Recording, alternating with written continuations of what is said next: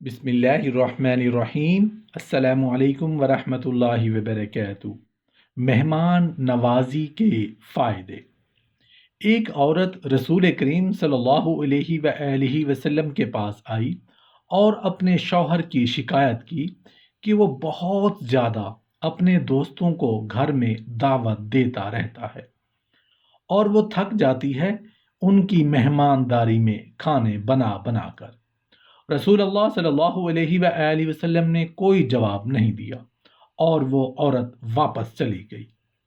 کچھ دیر بعد رسول اللہ صلی اللہ علیہ وآلہ وسلم نے اس عورت کے شوہر کو بلوایا اور فرمایا، آج میں تمہارا مہمان ہوں۔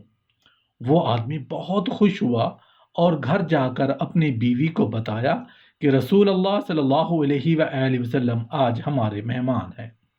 اس کی بیوی بے حد خوش ہو گئی اور وقت لگا کر محنت سے ہر اچھی چیز تیار کرنے لگ گئی اپنے سب سے معزز مہمان رسول اللہ صلی اللہ علیہ وآلہ وسلم کے لیے۔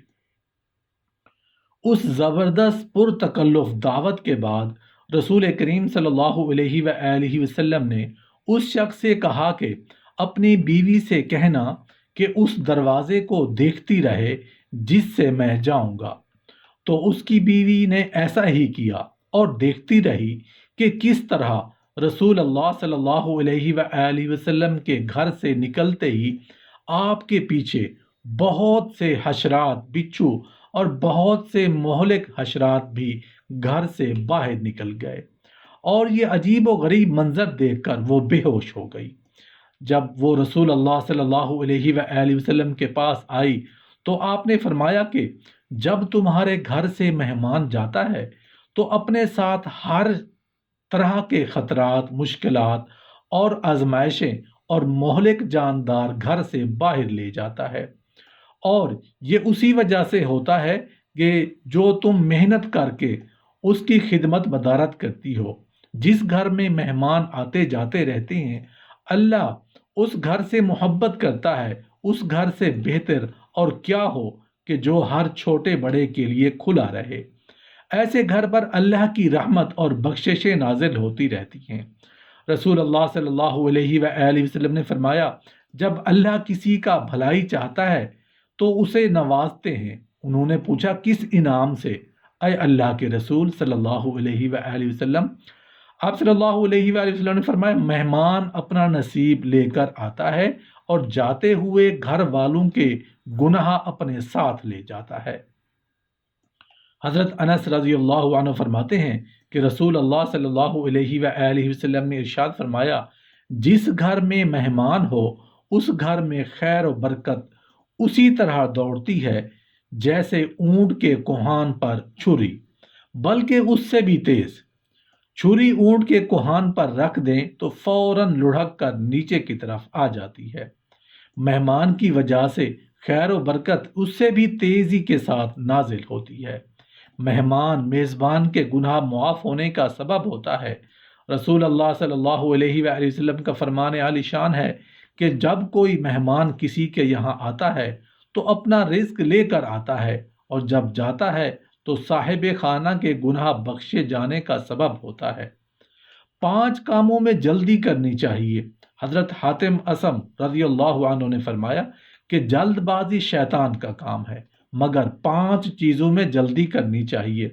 مہمان کو کھانا کھلانے میں جلدی کرنی چاہیے، میت کو دفن کرنے میں بھی جلدی کرنی چاہیے، لڑکیوں کے نکاح کرنے میں جلدی کرنی چاہیے، قرض ادا کرنے میں جلدی کرنی چاہیے، گناہوں سے توبہ کرنے میں، نیز دعوت ولیمہ میں بھی جلدی کرنا سنت ہے۔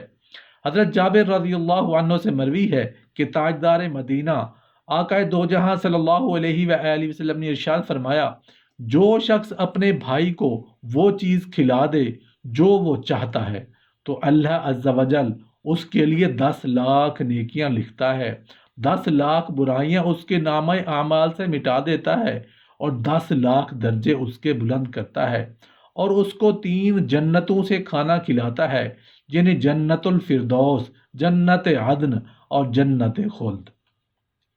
مہمان کے ساتھ مل کر کھایا تو حساب نہ ہوگا۔ ایک بزرگ رحمت اللہ علیہ کی عادت کریمہ تھی کہ بھائیوں کے سامنے دسترخوان بچھاتے وقت تو بہت سا کھانا لگاتے اور فرماتے، حدیث میں آیا ہے کہ جو کھانا دوستوں کے آگے سے بچ رہے اس کا حساب نہیں ہوگا۔ میں چاہتا ہوں کہ جو کھانا دوستوں کے آگے سے بچا ہوا اٹھاؤں، کھایا کروں۔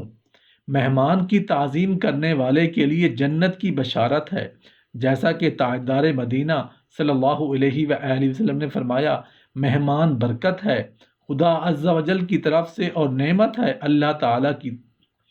تو جس نے مہمان کی تعظیم کی وہ میرے ساتھ جنت میں ہوگا، اور جس نے مہمان کی تعظیم نہ کی وہ مجھ سے نہیں ہے۔